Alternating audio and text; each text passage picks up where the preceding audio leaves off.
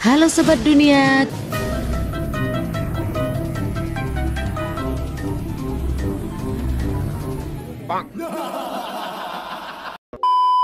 Keberadaan Indonesia sebagai sebuah negara saat ini memang menjadi sorotan dan perhatian banyak negara di dunia.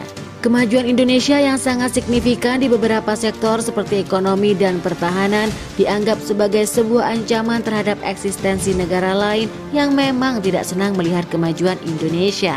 Gangguan dan hambatan tentu akan mewarnai perjalanan Indonesia ke depan. Gesekan-gesekan dengan negara lain memang sengaja diciptakan untuk menghambat pertumbuhan Indonesia. Kekhawatiran negara-negara besar seperti Amerika dan negara-negara lain di Eropa terhadap Indonesia diantaranya adalah ketakutan Indonesia menjadi kekuatan baru yang akan menggeser posisi mereka di kancah perpolitikan dunia.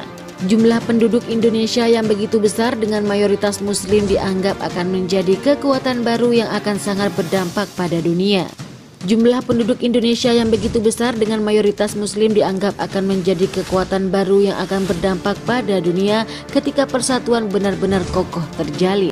Konflik Pulau Pasir antara Indonesia dan Australia adalah salah satu skenario yang memang direncanakan oleh negara-negara liberal untuk memecah konsentrasi Indonesia yang saat ini sedang berfokus pada kerja-kerja yang mengangkat perekonomian negara. Gangguan Australia terhadap Indonesia melalui klaim kepemilikan Pulau Pasir dipandang Indonesia sudah sangat fatal karena sudah menyangkut kedaulatan negara yang sudah menjadi harga mati tanpa negosiasi. Namun di sisi lain konflik ini juga bisa disikapi sebagai bentuk strategi Australia dalam memecah belah sebuah negara.